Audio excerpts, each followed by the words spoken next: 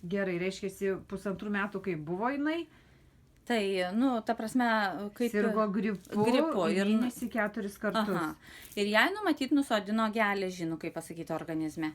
Ir tiesiog vaikas neišlaikė balanso, apsisuka ir, tiesiog griūna, žinai, nevalgė labai, perbalus visą tokią.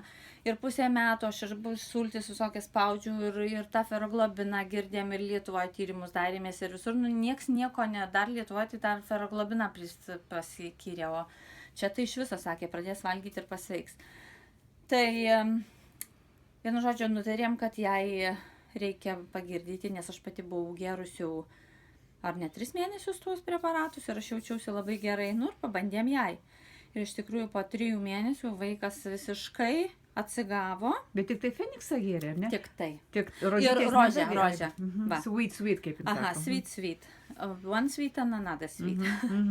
Tai tai rytas vakaras mes įgirdėm Feniksą ir rožę ir po 3 mėnesių vaikas visiškai atsigavo. Šiai dienai mes, jeigu jinai ar tai kosti, ar tai sloguoja, lašinam ir į akytes, ir į nosį, ir į gerę, ir į ausį, kur bebūtų. Kaip fainai. Čia labai svarbu, mamom šitokius dalykus, kad žinotų, tai labai būtinai. Svarbu. Tai liuks. Mažiukas.